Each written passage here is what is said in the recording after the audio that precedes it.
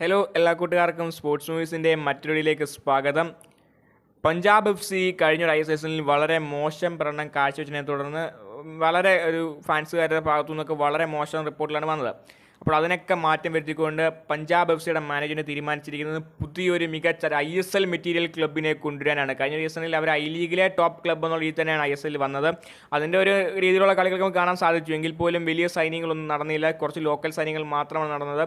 എന്നാൽ അതിനെല്ലാം മാറ്റം വരുത്തിക്കൊണ്ട് വലിയ രീതിയിലുള്ള ഒരു ടീം മാറ്റമാണ് നിലവിൽ പഞ്ചാബ് എഫ് സി ഉന്നം വെക്കുന്നത്. നിലവിലുള്ള കോച്ചിനെയും അസിസ്റ്റൻറ്റ് കോച്ചിനെയും അടക്കമുള്ള സ്റ്റാഫുമാരെ എല്ലാം പറഞ്ഞു വിട്ടിട്ടുണ്ട്. ഇതിന് പുറമെ ഇപ്പോൾ കൺഫേമായി ഒഫീഷ്യലായി ഇപ്പോൾ പഞ്ചാബ് എഫ് സി അവരുടെ റിലീസ് ചെയ്ത പ്ലേയേഴ്സിൻ്റെ ലിസ്റ്റ് പുറത്തു വിട്ടിട്ടുണ്ട്. നേരത്തെ തന്നെ നമ്മൾ കണ്ടതാണ് വിൽമർ ജോർഡൻ്റെ ഗില്ലിൻ്റെ സൈനിങ് ഒക്കെ ചെന്നൈ എഫ് സി അനൗൺസ് ചെയ്തത്. ഇപ്പോഴാണ് ഒരു കൺഫർമേഷൻ പോസ്റ്റ് നിലവിൽ പഞ്ചാബ് എഫ് സി പുറത്തുവിട്ടത്. അതിൽ വലിയ താരങ്ങൾ പുറത്തായിട്ടുണ്ട്. നിലവിൽ 14 താരങ്ങളാണ് ഈ ലിസ്റ്റിൽ ഇടം പിടിച്ചിരിക്കുന്നത്.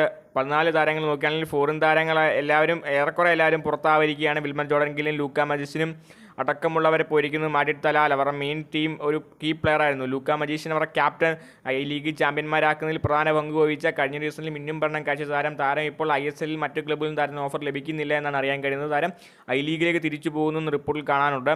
Wilmar Jordan Gill Chennai F C sign ചെയ്തു. മാഡിഡ് തലാലിനെ ഈസ്റ്റ് ബംഗാൾ വലിയ കോൺട്രാക്ട് കൊടുത്ത് സൈൻ ചെയ്തു.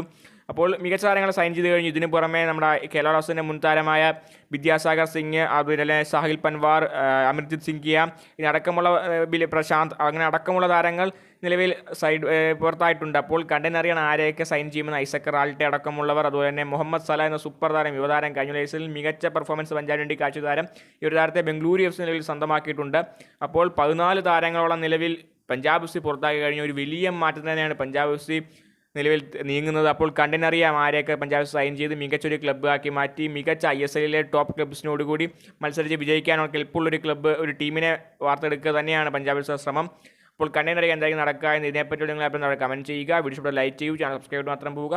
അടുത്തൊരു വീണ്ടും കാണാം.